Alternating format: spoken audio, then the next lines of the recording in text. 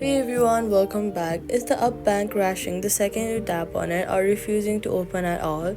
Here's the fix from your iPhone settings and App Store. First, swipe up and force close the up app completely from your recent apps. Now, press and hold on the up icon on your home screen. Tap remove app, delete app, then delete the app to fully uninstall it. Open your App Store, search up Simplify Money and tap get to reinstall it completely fresh. Up pushes regular updates, and running an outdated build is one of the most common reasons the app crashes on launch. After reinstalling, go to your settings, then go to General, Software Update, and install any pending iOS updates.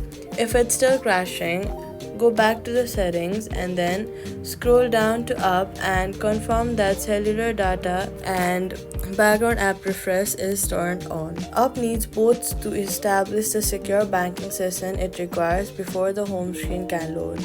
So all you've got to do is delete and reinstall from App Store, update iOS, check your connection settings, Up opens and loads normally. Subscribe for more Up bank fixes.